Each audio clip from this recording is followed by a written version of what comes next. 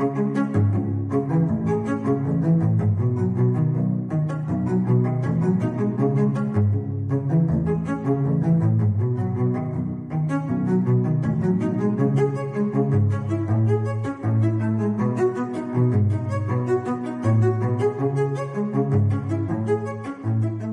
tal? Muy buenas tardes, soy Héctor de Mauleón, le doy la más cordial bienvenida a una nueva emisión del Foco, le doy la bienvenida a Beca Duncan. Hola, ¿qué tal? Nos acompaña el arqueólogo Cuautli Medina, estamos caminando, entrando a la zona arqueológica de Xochicalco, es una ocasión extraordinaria de poder visitar una de las ciudades misteriosas, enigmáticas que hay en la zona de Morelos, en el centro de la República, una ciudad que pues tiene una larga antigüedad, pero que comienza a florecer tras la caída, tras el colapso de Teotihuacán, ese misterio mesoamericano que llenó la ciudad de señales de llamas, de un levantamiento, esta caída de una ciudad que ha sido misteriosa porque ni siquiera sabemos qué nombre le dieron sus propios habitantes, le damos el nombre que le impusieron los mexicas,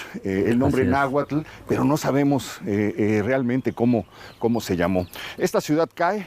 Y tras ese colapso inmenso, hemos estado en Teotihuacán, Beca, sí. Hemos platicado pues, su posición estratégica, el gran conglomerado de población que aglutinó, el lugar estratégico que ocupó en un cruce de caminos que le dio un poder inmenso, y al comenzar el colapso, pues empiezan una serie de migraciones y una de ellas termina en este lugar, que es un lugar privilegiado por muchas razones.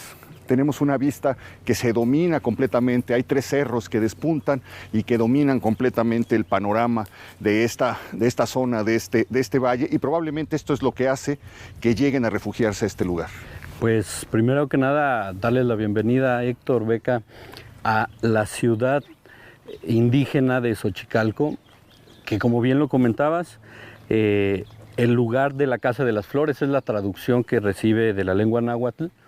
Pero platicando aquí hay una población muy cercana que se llama Cuentepec, en donde todavía hacen uso de la lengua náhuatl para su educación, para la transmisión de toda su cultura, y ellos le dan una traducción no tácita, no tal cual, como a pesar de que vemos una gran abundancia de flores, de medio ambiente muy, muy hermoso que nos va a ir recibiendo el día de hoy también, y ellos le dan una traducción como la casa del florecimiento del saber.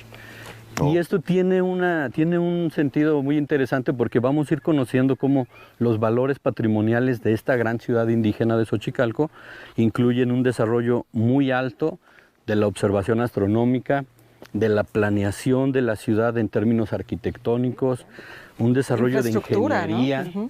Toda la infraestructura que se necesitaba para poder utilizar un recurso muy importante que era el agua, ¿no? El agua pluvial. Dentro de la planeación de la ciudad, pues les digo que tenemos un desarrollo, además de unos estilos tanto arquitectónicos como estilísticos de las esculturas, las decoraciones que tenían los templos más importantes, como el Templo de las Serpientes Emplumadas, que vamos a conocer más adelante. Y todo este conjunto de ideas pues nos refuerza precisamente el pensar que efectivamente aquí se pudo haber llamado el lugar de la Casa de las Flores, pero pensando más bien en el florecimiento del saber. Yo tengo una duda ahí, porque bueno, aquí traes un glifo en tu camisa, que vemos un ave, y ahí parece que también podría haber otro nombre que está vinculado a las aves y sobre todo al guajolote, ¿cierto? Sí, es correcto. Hay una interpretación de parte de la arqueóloga Silvia Garza, que en compañía del arqueólogo Norberto González Crespo fueron los investigadores que más tiempo destinaron al conocimiento de Xochicalco, y ellos proponen que aquí se pudo haber llamado en lengua náhuatl Totolhuacalco, que quiere decir el lugar en donde atrapan aves, porque encontramos algunas representaciones en sitios contemporáneos a Xochicalco, como Cacaxtla. Encontramos precisamente glifos en donde aparecen aves en lo que aparentemente puede ser una jaula, como encerradas. Y obviamente estos sitios, estos espacios eran centros redistribuidores de la riqueza, que era la agricultura en ese tiempo.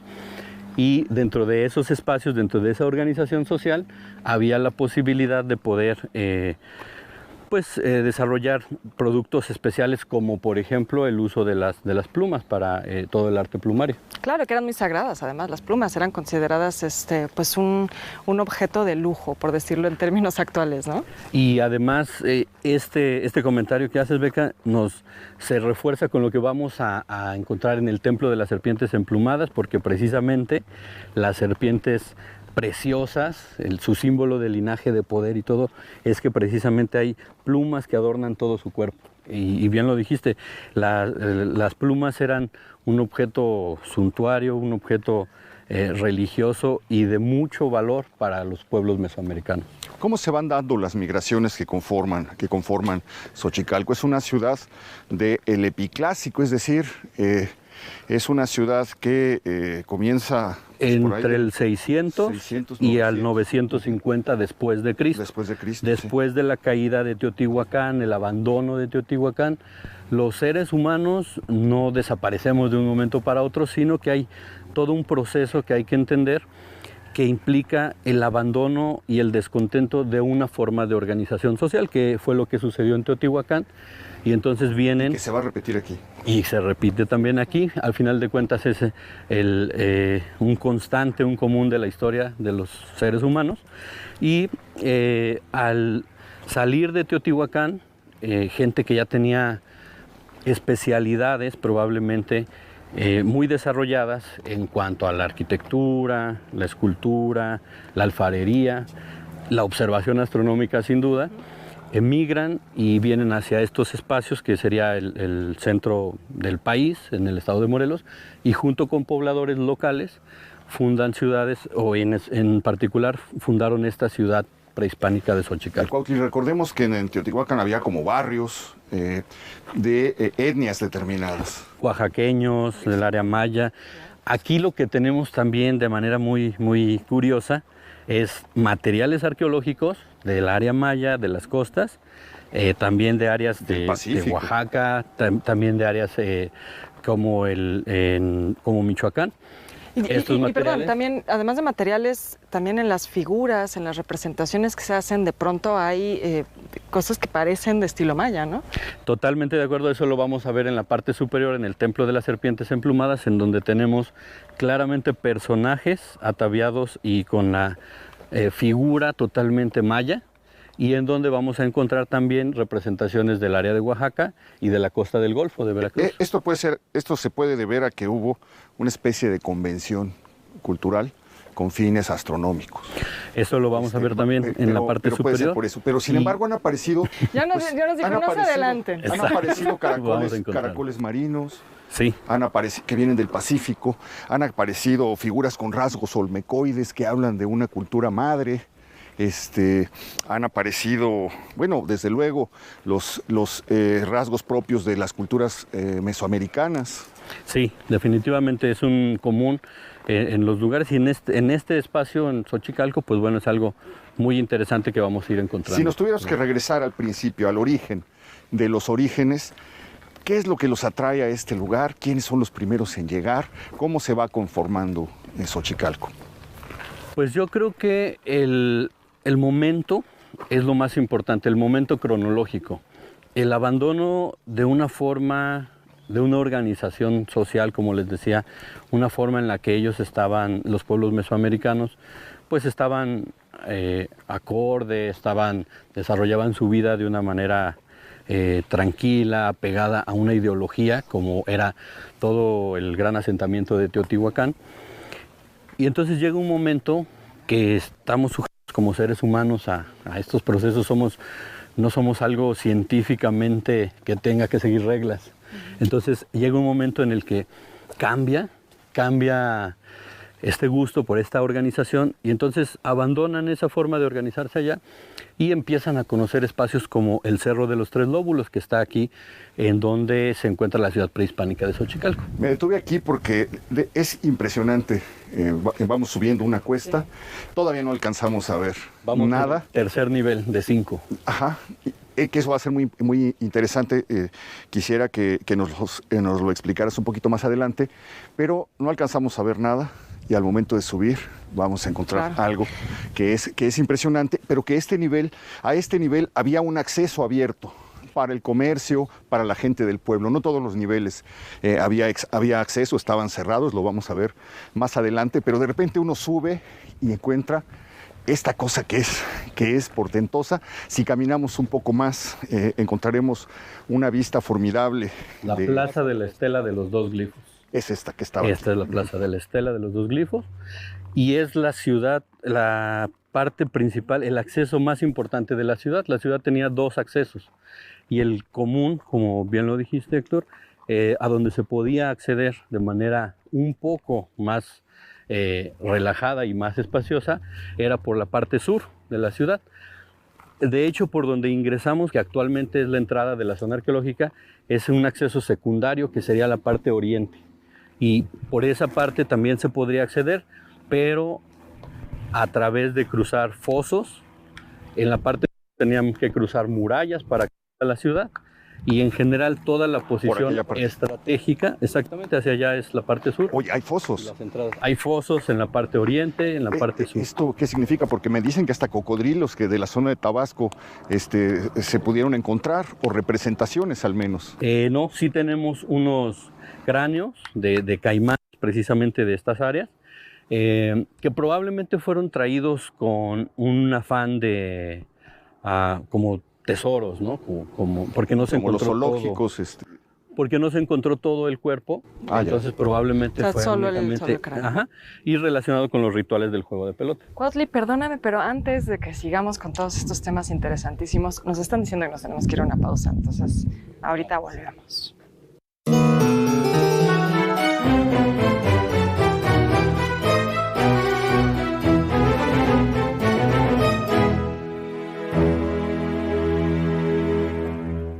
Porque sabemos que el mundo cambia, nosotros evolucionamos con él.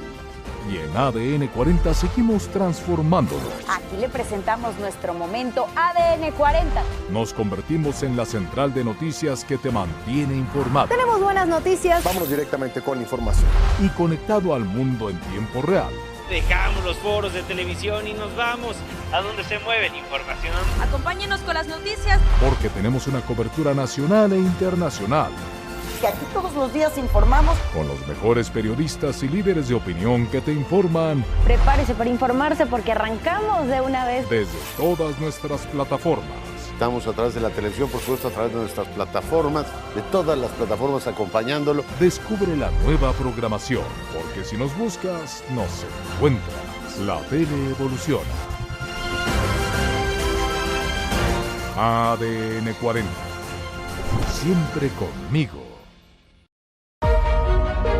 Distrito de Colombia. Colapso de la línea 12 del metro. No, una sociedad que no está acostumbrada. Se robaron un automóvil. Alcanzó un nuevo récord histórico al ubicarse 9.1. Como seguro médico, dental y también planes de seguro. Como cada tarde estamos en su pantalla, pero también en las calles de la Ciudad de México. De la ciudad de Victoria, Tamaulipas, una pipa de gas que intentaba ganarle el paso al tren terminó. Me recibes y te recibo. ADN 40, siempre conmigo. Evolucionar es diversificar el modo de pensar y eso es una base fundamental en el quehacer de informar. Es afinar la escucha y escuchar lo que están diciendo nuestros televidentes. Es saber en dónde estamos y ser parte de lo que pasa. Evolucionar es cambiar, adaptarse, transformarse. El mundo ha evolucionado sin duda y también la manera en la que consumimos la información. El periodismo hoy es compromiso social, es debate y opinión sin falsas neutralidades, pero con mucha apertura. Informar para mí es un compromiso. Y siempre desde el lugar de la noticia. Porque lo que usted ve en la pantalla todos los días no se puede hacer solo, se hace con un gran equipo. Colaborar de aquí para allá, pero también de allá.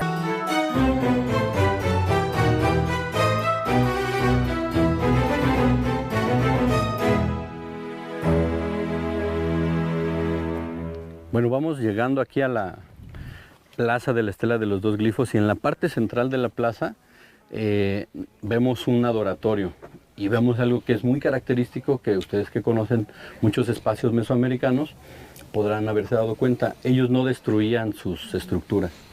Vemos una primera etapa de construcción y después vemos una última etapa, la más reciente.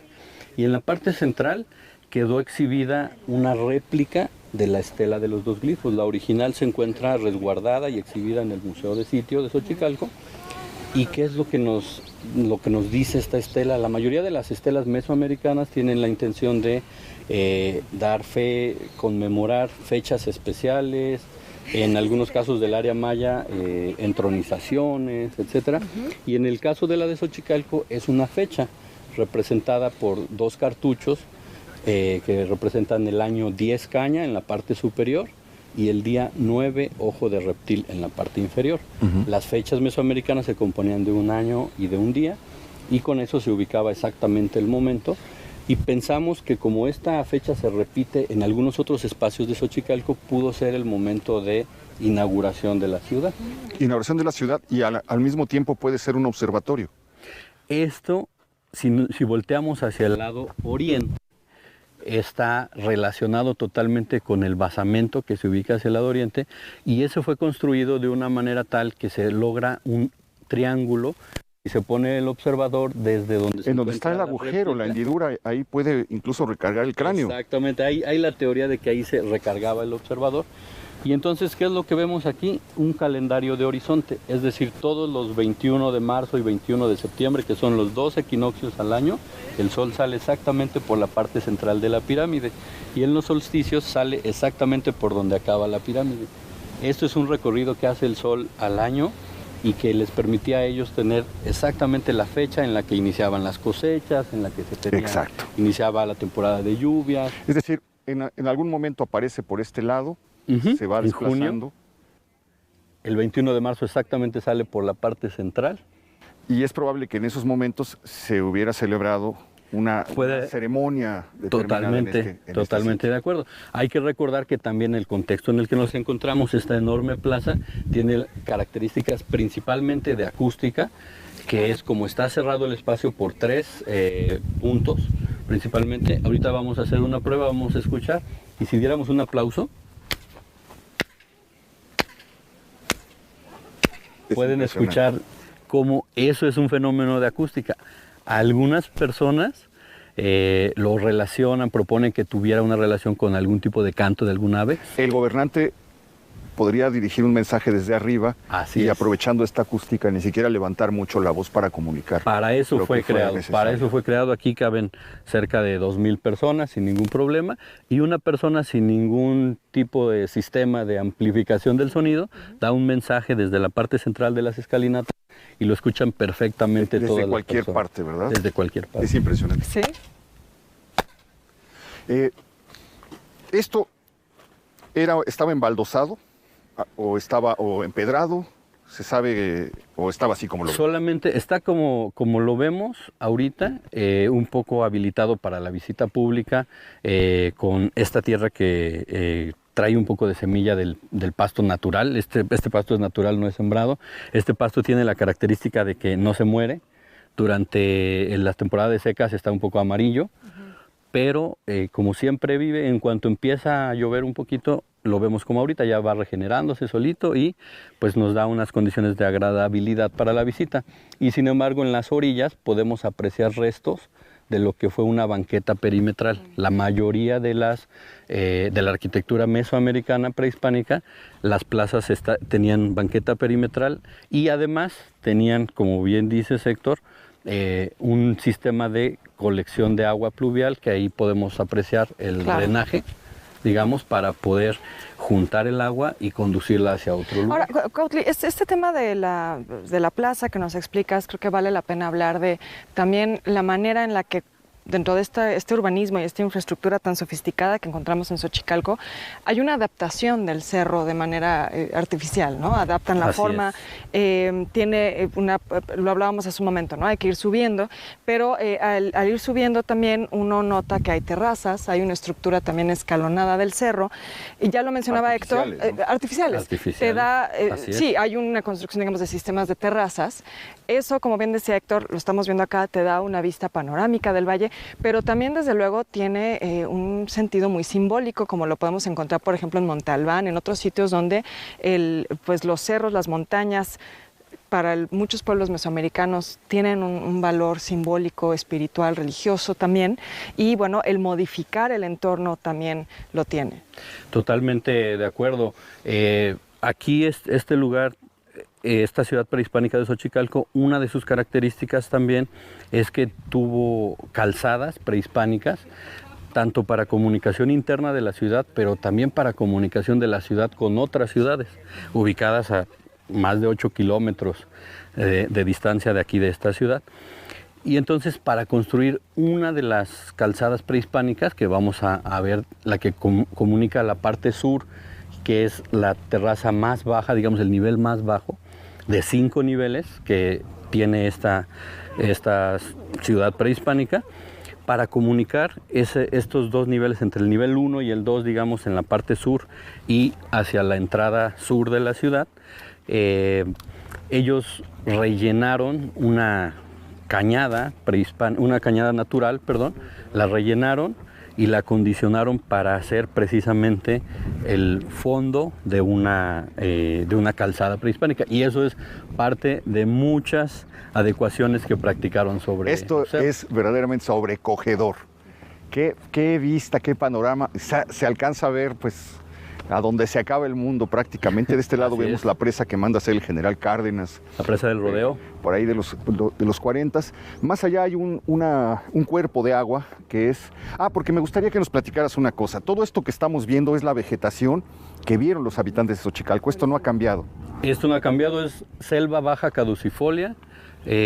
Sería precisamente la vegetación con la que ellos convivieron, la mayoría de los animales también. Vamos a pasar por un área en donde tenemos representaciones de animales. ¿En el piso? En el piso, de aves, mamíferos, insectos y reptiles, y la mayoría de los animales son los mismos que ahora nosotros vemos aquí con nosotros. Bueno, los árboles. Conviviendo. ¿Sí? Y las iguanas que aparecen. Pero bueno, imaginemos nada más esto, el día que hay una ceremonia o se junta la plaza en este lugar. Ahorita estamos escuchando el sonido de... Como de una avioneta. De una moto, de una avioneta. De una avioneta. Sí, de algo. Avioneta. Pero se ven las aves. Sí. Y bueno, realmente es lo deja uno sin palabras esto. Pero lo primero que encuentra es el juego de pelota, uno de los dos juegos de pelota. Tres juegos de pelota que tenemos en los puntos cardinales. Este es el juego de pelota sur. Y este juego de pelota comparte las mismas dimensiones de un juego de pelota que se tiene en Copán, en el área maya, y otro juego de pelota que se tiene en Tula, en Hidalgo. Son exactamente las mismas dimensiones y era el juego de pelota que era público, era donde podían acceder pues el común del pueblo, porque acuérdense que estamos ya adentro de la ciudad. La ciudad se componía, la mayoría de las ciudades mesoamericanas es el lugar en donde residía la élite gobernante, en donde se hacían los rituales, y en la parte exterior, por la parte de afuera, digamos, estaban todas las terrazas habitacionales y de agricultura. Perdón, en el sistema de terrazas y de niveles tenemos que pensar que esa pirámide es tanto... tangible, ¿no? La vemos físicamente, pero también social, ¿no? Claro. O sea, dependiendo de qué nivel habites, es el nivel que ocupas dentro de la sociedad, ¿no? Ahí donde se encuentra el pueblo, es donde probablemente estaba la población original. Sí, podemos hablar de ese lugar y hacia todo lo que es, en la parte de atrás de nosotros, en la parte sur está el río Tembembe. El río Tembembe es un afluente desde el río Chalma y es el que rellena precisamente la presa del Rodeo. Hasta el río Tembembe había terrazas, hay evidencias de terrazas por allí, y en todas las laderas ellos supieron aprovechar de una manera muy impresionante todos los recursos del medio ambiente para poder generar el sustento base que era la agricultura. Muy bien, esto que vemos atrás del del juego de pelota, ¿qué sería? Es el conjunto habitacional que se conoce como el Palacio. Probablemente por algunos hallazgos arqueológicos se piensa que allí pudo ser un área para talleres de obsidiana. Y en la parte de atrás vemos algo muy interesante. Ustedes pueden observar una especie de cerro un poquito más altito. Bueno, esa es la pirámide más grande que hay en Xochicalco. Todavía no está restaurada, ya está registrada. Y así es como se encontraron todas las pirámides, todas las ciudades prehispánicas. ¿Y qué abarca desde dónde? ¿Qué abarca esa pirámide? ¿Solo esta todo lo que vemos alto. Desde donde termina el pasto. Donde termina el pasto, inicia la vegetación alta, todo eso. Imagínense las dimensiones que tiene, es una pirámide bastante grande, tiene sus escalinatas y de ese lugar se salió una pieza que hoy tenemos exhibida en el Museo de Sitios de Xochicalco, que es la Xochiquetzal. Es una escultura de aproximadamente 1 tonelada de peso que representa probablemente a una diosa madre y que fue encontrada en este espacio. En la parte sur de ¿Es Eduardo Noguera? Eduardo Noguera es quien interviene en el juego de pelota sur y realiza los primeros ejercicios de su restauración. Podemos ver los aros o marcadores en su lugar y básicamente también recordemos las dimensiones que tenemos de altura. Vamos a ver el juego de pelota norte cómo es distinta a su altura porque tiene otra finalidad. Ok, sobre el juego de pelota, ¿se ha avanzado en alguna idea de cómo se llevaba a cabo, de cuál era la función que tenía, de si eran sacrificados los ganadores, si eran sacrificados los perdedores? ¿Qué había alrededor del juego de pelota? Tenemos para eso como arqueólogos datos principalmente algunos de analogías de lo que hoy ha pasado a través del tiempo mediante la transmisión oral y que se practica en algunos lugares de México. Tenemos algunas evidencias de representaciones pictóricas y algunas esculturas y básicamente lo que sabemos es que se utilizaba para arreglar algunos asuntos diplomáticos, es decir, no era un deporte, era más bien un ritual. Definitivamente era para generar acuerdos o resolver conflictos, precisamente. Y un dato muy importante es que el sacrificio era practicado, y hay evidencias de ello, en lugares que son posteriores a Xochicalco. En Xochicalco no hay evidencia de que el que ganaba fuera sacrificado.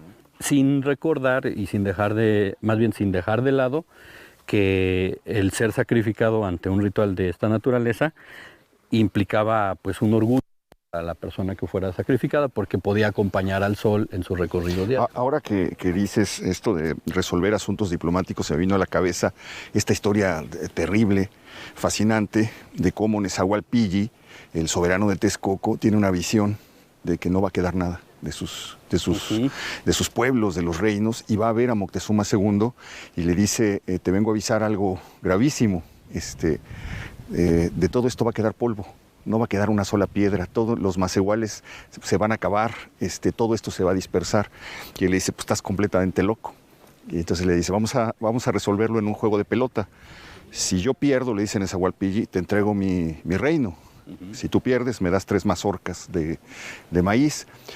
Y hacen el juego donde hoy es la calle de Guatemala, Beca, a espaldas de la catedral, ahí estaba el Templo Mayor, el juego de pelota lo acaban de encontrar a un costado del Templo Mayor. Que bajamos a verlo, de hecho. Bajamos al Zompantli y a un costado del Zompantli se hallaba el juego de pelota. Y hacen el juego y pierde Moctezuma y entonces le entrega las 3 mazorcas y pues Nezahualpilli muere sin poder ver lo que había vaticinado, muere al poco tiempo sin poder ver lo que había vaticinado, y lo que ve Moctezuma, pues eso ya lo sabemos, pero era un poco el sentido que tenían estas Totalmente, cosas, sí, era una conexión ritual. Y hay que recordar también que el juego de pelota, la cancha del juego de pelota representa la entrada al inframundo. Los primeros jugadores de pelota surgen de una tradición oral del área maya, en donde 2 gemelos juegan contra los dioses del inframundo y les ganan, además. Entonces, los dioses del inframundo enojados, pues obviamente los retan continuamente para poderlos derrotar de nuevo, pero les permite a ellos entrar al inframundo, y eso es algo muy importante que ellos reproducían y vamos a ver en el juego de pelota norte. Muy bien. Yo solo tenía una pregunta sobre este espacio, Cuautli. Ya nos hablabas de los usos rituales, pero pensando en que aquí migraron muchas personas de Teotihuacán, sabemos que en Teotihuacán también el mercado era un espacio importante. ¿Esta plaza tenía algún uso de ese tipo o era simplemente ritual? Porque nos explicabas que es un espacio público en el que estamos, ¿no? Sí. La Plaza de la Estela de los Dos Glifos en sí más bien era un espacio para utilizarlo para mensajes, para una gran cantidad de personas, pero sin embargo hay un dato importante en los registros y las exploraciones más o menos de 1980 de la ciudad prehispánica de Xochicalco, reflejan que de la parte sur, que es donde entramos, lo que está a nuestras espaldas, de la parte sur, o sea, la entrada principal de la zona arqueológica hacia abajo, hasta antes de llegar al área de murallas y bastiones, se encuentran estructuras alargadas muy similares a las que se encontraron en Tlatelolco para utilizar precisamente como un espacio, y se propone que pudo haber sido un tianguis. Ah, mira, qué interesante. En la parte exterior. Vamos a pasar al siguiente. Sí, vamos a seguir avanzando. Vamos a subir por allá, vamos a subir por acá.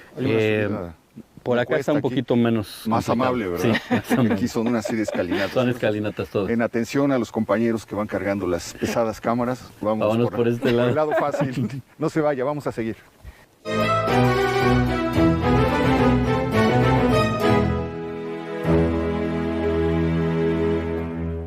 Porque sabemos que el mundo cambia, nosotros evolucionamos con él. Y en ADN 40 seguimos transformándolo. Aquí le presentamos nuestro momento ADN 40. Nos convertimos en la central de noticias que te mantiene informado. Tenemos buenas noticias. Vamos directamente con la información. Y conectado al mundo en tiempo real. Dejamos los foros de televisión y nos vamos a donde se mueve la información. Acompáñenos con las noticias. Porque tenemos una cobertura nacional e internacional. Que aquí todos los días informamos. Con los mejores periodistas y líderes de opinión que te informan. Prepárese para informarse porque arrancamos de una vez. Desde todas nuestras plataformas. Estamos a través de la televisión, por supuesto, a través de nuestras plataformas, de todas las plataformas acompañándolo. Descubre la nueva programación, porque si nos buscas, nos encuentras. La tele evoluciona. ADN 40. Siempre conmigo. Distrito de Columbia. Colapso de la línea 12 del metro. Una sociedad que no está acostumbrada. Los sujetos robaron un automóvil. Alcanzó un nuevo récord histórico al ubicarse 9.1. Como seguro médico, dental y también planes de seguro. Como cada tarde estamos en su pantalla, pero también en las calles de la Ciudad de México. De la ciudad de Victoria, Tamaulipas, una pipa de gas que intentaba ganarle el paso al tren terminó. Me recibes y te recibo. ADN 40, siempre conmigo. Evolucionar es diversificar el modo de pensar y eso es una base fundamental en el quehacer de informar. Es afinar la escucha y escuchar lo que están diciendo nuestros televidentes. Es saber en dónde estamos y ser parte de lo que pasa. Evolucionar es cambiar, adaptarse, transformarse. El mundo ha evolucionado sin duda y también la manera en la que consumimos la información. El periodismo hoy es compromiso social, es debate y opinión sin falsas neutralidades, pero con mucha apertura. Informar para mí es un compromiso. Y siempre desde el lugar de la noticia. Porque lo que usted ve en la pantalla todos los días no se puede hacer solo, se hace con un gran equipo. Colaborar de aquí para allá, pero también de allá para acá. Hoy quien demanda información, quien consume información, quiere interactuar, recrear, enriquecer las noticias. Las historias de la realidad que usted quiere, requiere y necesita todos los días, a todas horas, para estar informado. De no olvidarnos de lo que hacemos y para quién lo hacemos. Cuando uno se decide a dejar de tratar de cambiar al mundo para tratar de entenderlo, invariablemente sucede lo mejor. El periodismo hoy en día es adrenalina, es velocidad, es dinamismo, es multiplataforma. Es tener el privilegio de enriquecer nuestra existencia a través del otro. Y es ejercer la libertad más valiosa que tenemos, la libertad de expresión. Porque sabemos que el mundo cambia, nosotros evolucionamos con él. Y en ADN 40 seguimos transformándolo. Aquí le presentamos nuestro momento ADN 40. Nos convertimos en la central de noticias que te mantiene informado. Tenemos buenas noticias. Vamos directamente con la información. Y conectado al mundo en tiempo real. Dejamos los foros de televisión y nos vamos.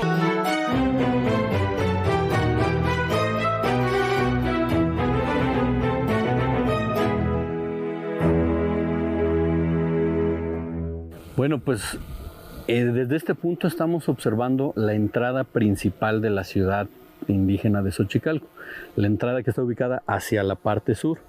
Hay que recordar que atrás de esta entrada sur, en la parte de abajo, pasaríamos para ingresar a la ciudad prehispánica, pasaríamos por, por unos bastiones para ingresar, seguidos por una muralla de en algunos puntos hasta 4 metros de altura, y ya para ingresar de manera específica al interior de la ciudad, pasar por la Plaza de la Estela de los Dos Glifos, teníamos un primer grupo de pórticos.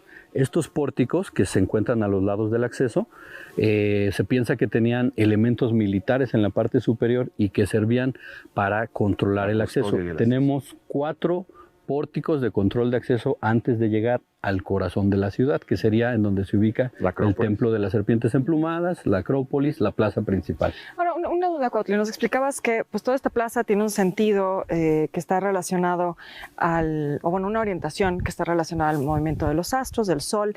¿La idea de que la entrada sea por el sur tiene algún significado en ese sentido o simplemente es porque se trata de un punto estratégico? Los 4 puntos cardinales, norte, sur, oriente, poniente, y el punto más importante para ellos era el centro, porque era en donde estamos nosotros y el que comunica con el cielo y con el inframundo, ¿no? Exactamente. Entonces, a pesar de que sin duda puede ser un rumbo importante el sur, pienso que más bien en este caso está obedeciendo a la posición estratégica, con el cuerpo de agua como con posibles invasiones. Es decir, era el lugar en donde les quedaba más factible realizar el ingreso. Lo podían cuidar porque en la parte norte tenemos una pendiente muy pronunciada, en la parte poniente también, que da hasta de más de 100 metros, que da hasta el río Tembembe, y en la parte oriente también habían practicado algunos fosos de protección. Entonces es el lugar en donde tenían un cierto control mayor pues precisamente del espacio, ¿no? Y aquí observamos un comentario que hiciste muy atinadamente, Beca, hace unos momentos, cómo ellos, los constructores de esta gran ciudad de Xochicalco, nivelaron, aquí ya estamos en la 4ª terraza, digamos, de nivelación, y todo esto que vemos pues no era natural, es decir, ellos recortaron todo lo necesario del terreno y junto con materiales y técnicas constructivas especiales construyeron todo este basamento que da forma, que da volumen a la plaza principal, a la parte más importante de la ciudad. Muy bien, aquí hay una cosa que me parece muy, muy enigmática, que es la conocida como la rampa de los animales. Ahí está lo que nos comentaba Cuautli hace un momento, la representación de animales que aún existen, que aún podemos encontrar, pero que formaban parte de la ruta de acceso. ¿Qué significa esto? Esta rampa de los animales coincide con el eje en donde se encuentra una de las escalinatas que a la vez se comunica con una calzada prehispánica, que es por donde entramos actualmente a la zona arqueológica. Si recuerdan, entramos y esa calzada conduce hasta donde se ve el museo. En unos momentos más lo vamos a poder apreciar desde la parte más alta. Conduce hasta el museo y era el acceso secundario de la ciudad prehispánica de Xochicalco. Se encontraron en total en toda la zona arqueológica más de 400 lápidas con representaciones de aves, mamíferos, insectos y reptiles. Y aquí en esta parte encontramos 270 lápidas que los arqueólogos las encontraron en este acceso. Llama la atención porque al ser objetos que pues costaron trabajo producirlos, ¿no? Sería un poco ilógico, difícil de aceptar que fueran utilizados meramente para acceso y para que pudieran caminar encima de ellos. Porque se van a desgastar, ¿no? Así es, porque podrían perderse con el paso del tiempo. Entonces la propuesta es que estos fueron parte de, digamos, el forro de edificios que estaban destinados al estudio de estas especies animales. Y en el Museo de Sitio podemos encontrar también esculturas y representaciones de las especies vegetales. Esto era el forro de edificios. Probablemente para nosotros era el forro de edificios, que indicaban su función. La fachada, que estaban asociados a la función.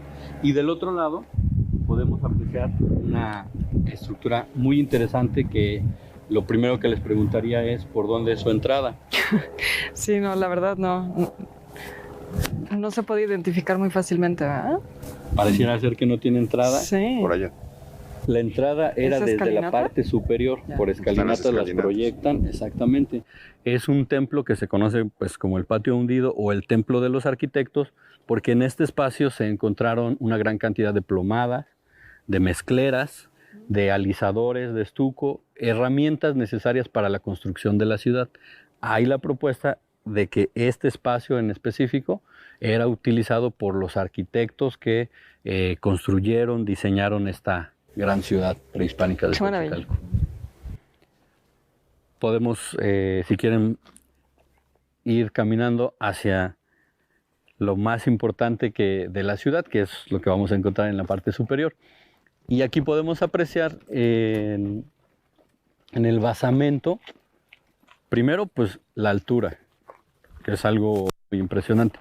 Hay que recordar o hay que imaginarse que las construcciones prehispánicas mesoamericanas no fueron construidas como ahora nosotros tenemos un concepto de obra pública, tal vez, de que se hacen en un año o en 2 años con muchos recursos, ¿no? Esto era un convencimiento de las personas que se dedicaron a hacer esto y eran trabajos generacionales o transgeneracionales. Muy probablemente, como es el caso de Teotihuacán, de la Pirámide del Sol, la persona que empezó a participar en construirlo, sus nietos fueron los que vieron el término. Claro. Ellos no pudieron haber visto el término del proyecto. Lo que pasó en la Catedral Metropolitana de la Ciudad de México. ¿No? Sí, sí. Me quedé pensando en algo ahora que estabas hablando de los hallazgos, de las cosas que se habían encontrado, que un rasgo de los descubrimientos arqueológicos de Xochicalco es que las cosas aparecieron lejos de su lugar. Lejos del lugar donde estuvieron. Fueron movidas, fueron arrastradas, fueron cambiadas. Sí. ¿Esto tiene que ver con la manera en la que se da el colapso? Sí, definitivamente tiene una relación total con eso porque muchos objetos fueron desacralizados.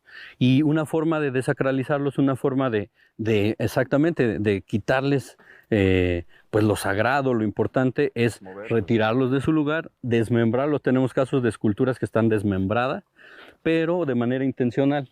¿Y cuál era la finalidad última? Precisamente era manifestar ese descontento que tenían. Andaba un colibrí, nos vino a visitar Quetzalcóatl. Ajá, sí. Llegamos aquí al juego de pelota ubicado en la parte oriente, en la parte este, donde sale el sol. Este juego de pelota podemos ver la diferencia con el juego de pelota sur. En primero, las dimensiones. Sí, este es mucho más pequeño. En segundo, hay que considerar que este pues tenía un acceso muchísimo más limitado al sur. Un acceso, ya para acceder a este punto teníamos que haber pasado por lo menos el primer grupo de pórticos. Y en tercera, no vemos los aros o marcadores. El único aro o marcador que se encontró de este juego de pelota está exhibido en el Museo de Sitio. Aquí podemos ver una imagen de cómo era, o cómo es, perdón. Y es un aro compuesto por una dualidad. Está representado un murciélago en la parte de arriba y en la parte de abajo 2 guacamayas. De ahí viene el símbolo, el logotipo de Xochicalco, y las guacamayas representaban el día y el murciélago pues representaría la noche, pero muy importante, la representación es una dualidad, es un conjunto, no podría haber una cosa sin la otra. Eso es clave para la concepción mesoamericana en general. Muerte y vida. Así es. Esta zona, este cuadrángulo que se encuentra en los 2 extremos del juego, ¿qué función pudo tener? Pues todo es la cancha y la representación siempre o muy comúnmente en forma de I latina estaba relacionada con el universo. Vamos a verlo en la parte superior, en el Templo de las Serpientes Emplumadas, como precisamente hay la representación del cargador del universo que carga una cancha de juego de pelota y es el espacio en donde se encuentra representado y concebido pues todo el universo. Hablando del basamento que podemos ver aquí al frente, algo que les quería ir comentando es que este cerro el Cerro de los Tres Lóbulos, es de roca sedimentaria. La roca sedimentaria pues tiene un proceso de formación muy interesante, que es por deposición a lo largo de millones de años, y tiene una dureza mucho menor que la roca volcánica. Esto es muy interesante porque, si se fijan, tenemos en el sistema constructivo de Xochicalco dos diferentes muros. Uno, que es el de revestimiento o el exterior, compuesto de pura roca volcánica con una cara plana, y otro que es el muro estructural, que es el compuesto de rocas de colores y de distintas formas angulosas, y esa es la roca sedimentaria. ¿A qué quiero llegar con esto? A que si todo el cerro era de roca sedimentaria, de roca caliza, la mayoría del revestimiento de todas las estructuras piramidales de Xochicalco son de roca volcánica, y esa fue extraída de una cantera aproximadamente a 1 kilómetro al norte de la ciudad. ¿Esto nos indica que estamos entrando a un nuevo nivel? Todavía no, todavía nos mantenemos en el 4.º nivel, vamos a acceder al otro, y esto es un pórtico. Sí es un control de acceso, pero no implica todavía necesariamente un cambio de nivel del terreno, pero sí es un pórtico, como bien lo ubicaste. O sea, sí un cambio de espacio, ¿no? Sí, totalmente, y un espacio cuidado, que es lo importante. O sea, un pórtico es un espacio en donde hay un control para el acceso, y esa es su finalidad arquitectónica, tener un control para el acceso, y con eso pues decidir en un momento dado quién puede pasar y quién no, o cuántos pueden pasar y cuántos no. Tenemos los 3 basamentos que están ubicados. Todo este sector, para nosotros, dentro de la ciudad prehispánica de Xochicalco, se conoce como sector oriente, y podríamos comentar también aquí que se ha estimado que se llegó a tener una población de hasta 30,000 habitantes. Bueno, eso es muy importante. Después del declive de Teotihuacán, que hay estas migraciones de las que ya hemos hablado, Xochicalco va a ser la ciudad más importante del Altiplano Central durante un tiempo, Del ¿no? Altiplano Central, sí, definitivamente. Hay sitios que son contemporáneos a Xochicalco, que son del periodo epiclásico mesoamericano. ¿Qué sería Cuicuilco, no? No, que sería Teotenango en el Estado de México, Monte Albán en Oaxaca, el Tajín en Veracruz. El Tajín, claro. La Quemada en Zacatecas, vamos por este lado. Y bueno, es todos, Cacaxtla en Tlaxcala. Todos estos sitios comparten características de ser espacios defensivos, ubicados estratégicamente en posiciones de dominio visual para evitar posibles invasiones, porque cuando hay este cambio en el acomodo de la organización social, hay el temor de que vayan a ser impuestos por otro grupo en cuanto a sus tradiciones, en cuanto a sus técnicas arquitectónicas, todo lo que pudiera verse afectado de una sociedad. Y vamos llegando aquí. ¿Este rodeo es natural o es un rodeo que nos da... es decir, es original? ¿Tenía que hacerse este rodeo para llegar a la siguiente zona?